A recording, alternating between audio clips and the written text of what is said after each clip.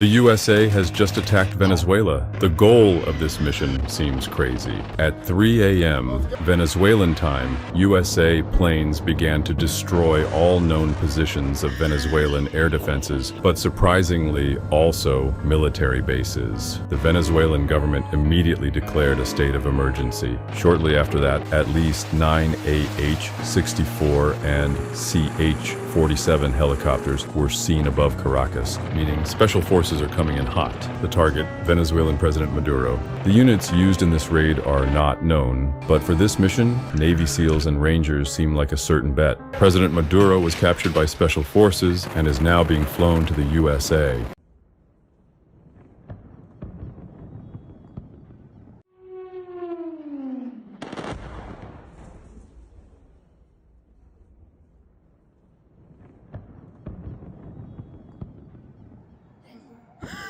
Amor.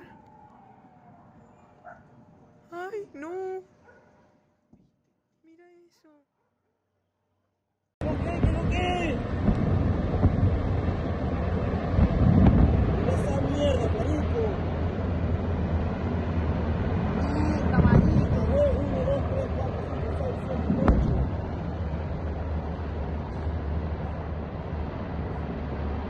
Mamá huevo. ¡Qué locura! Mosca ahí. Mira esa mierda, explotaron allá toda esa mierda, porque tú me estás explotando.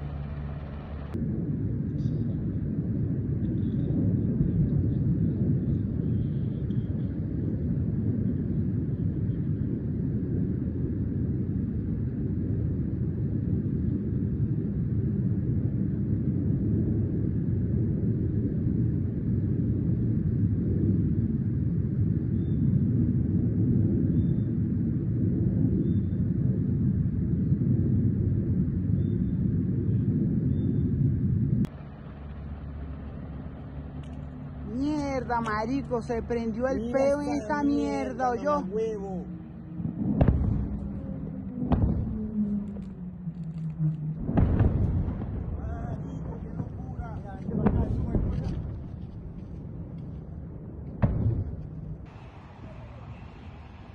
Mamá, huevo, ¿qué mierda es esta?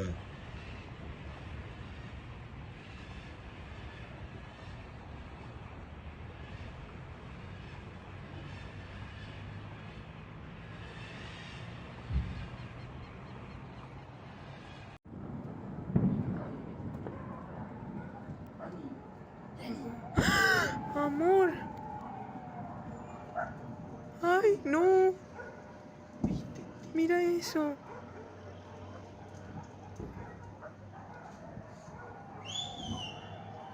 Mira eso. Ay, chamo.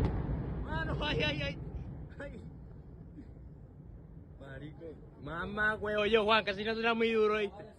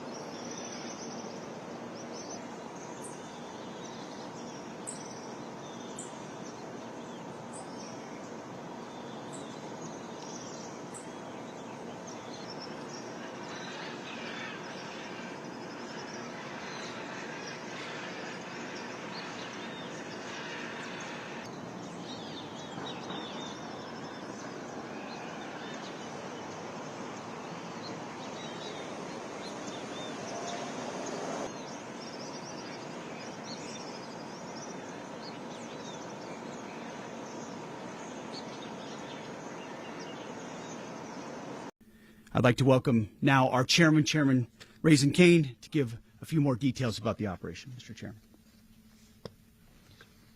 Thank you, Mr. Secretary. Thank you, Mr. President, and good morning.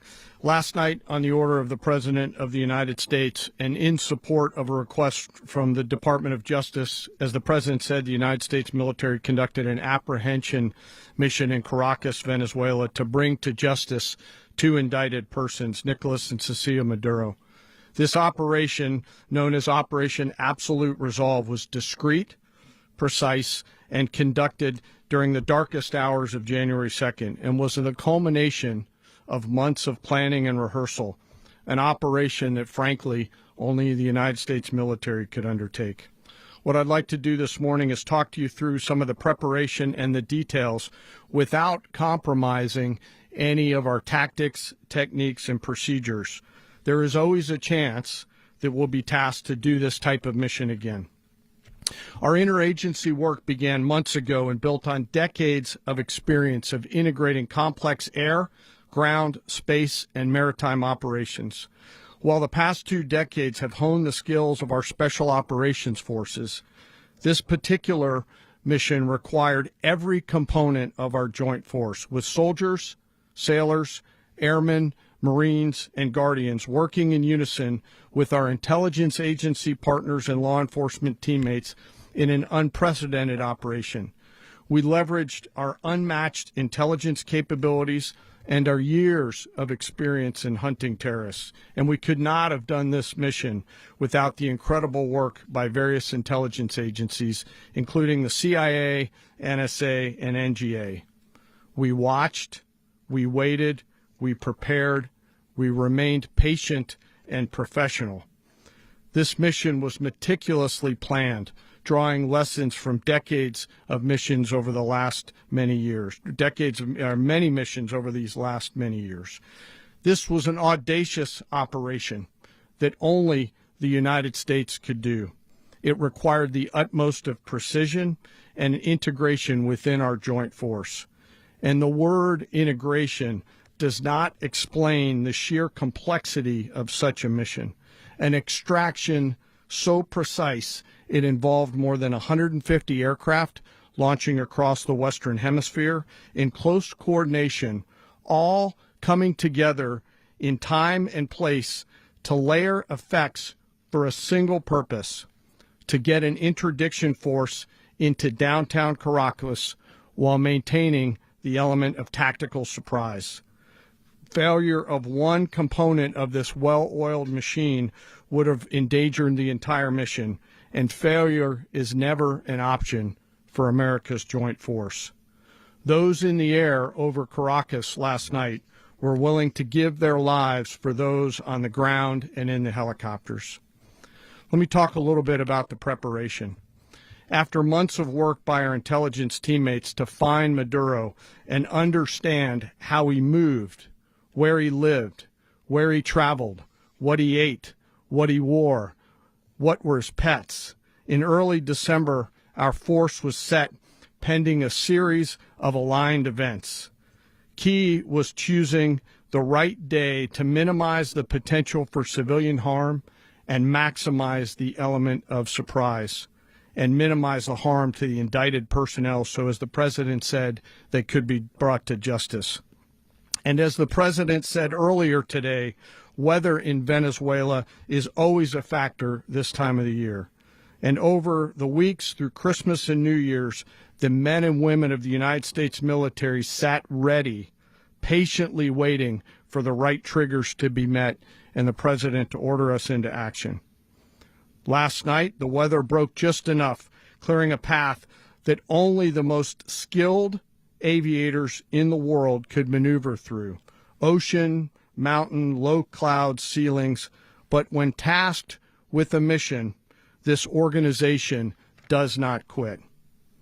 At 10:46 p.m. Eastern Time last night, the President ordered the United States military to move forward with this mission. He said to us, and we appreciate it, Mr. President, good luck and Godspeed.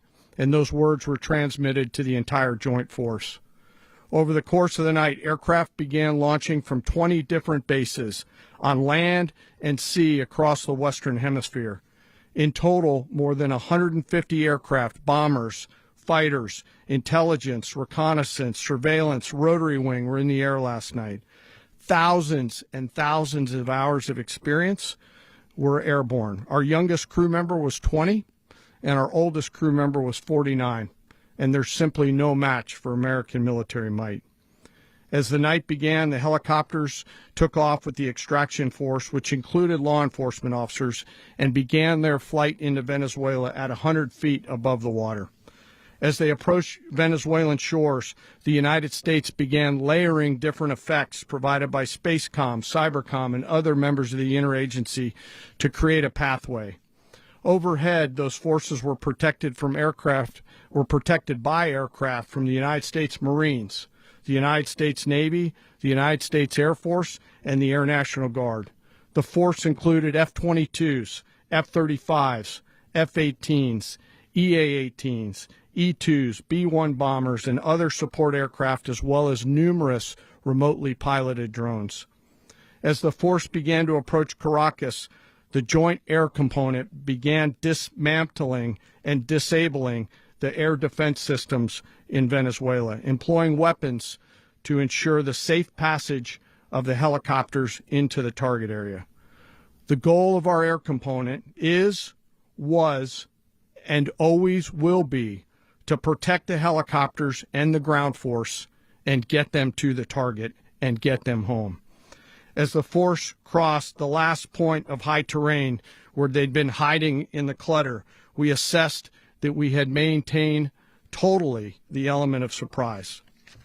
As the helicopter force ingressed towards the objective at low level, we arrived at Maduro's compound at 1:01 a.m. Eastern Standard Time, or 2:01 a.m. Caracas local time, and the apprehension force descended into Maduro's compound and moved with speed, precision, and discipline towards their objective, and isolated the area to ensure the safety and security of the ground force while apprehending the indicted persons. On arrival into the target area, the helicopters came under fire, and they replied with that fire with overwhelming force in self-defense. One of our aircraft was hit but remained flyable, and as the President said earlier today, all of our aircraft came home, and that aircraft remained flyable during the rest of the mission. As the operation unfolded at the compound, our air and ground intelligence teams provided real-time updates to the ground force, ensuring those forces could safely navigate the complex environment without unnecessary risk. The force remained protected by overhead tactical aviation. Maduro and his wife, both indicted, gave up and were taken into custody by the Department of Justice, assisted by our incredible U.S. military with professionalism and precision, with no loss of U.S. life. After securing the indicted persons, the force began to prep for departure. Helicopters were called in to exfiltrate the extraction force, while fighter aircraft and remotely piloted aircraft provided overhead coverage and suppressive fire. There were multiple self-defense engagements as the force began to withdraw out of Venezuela. The force successfully exfiltrated and returned to their afloat launch bases, and the force was over the water at 3:29 a.m. Eastern Standard Time with indicted persons on board, and both Maduro and his wife were embarked aboard the USS Iwo Jima. In closing, what we've witnessed today is a powerful demonstration of America's joint force. We think, we develop, we train, we rehearse, we debrief, we rehearse again and again, not to get it right, but to ensure that we cannot get it wrong. Our jobs are to integrate combat power so when the order comes, we can deliver overwhelming force at the time and the place of our choosing against any foe anywhere in the world. I am immensely proud today of our joint force and filled with gratitude to represent them here today. There is simply no mission too difficult for these incredible professionals and the families that stand by them and support them. As we stand here this morning, our forces remain in the region at a high state of readiness, prepared to project power, defend themselves, and our interests in the region. This operation is a testament to the dedication and unwavering commitment to justice and our resolve to hold accountable those who threaten peace and stability. In closing, I want to express my heartfelt gratitude to the brave men and women who executed this mission. Their courage and tireless commitment to our nation are what makes us strong. Thank you, Mr. Secretary, and thank you, Mr. President.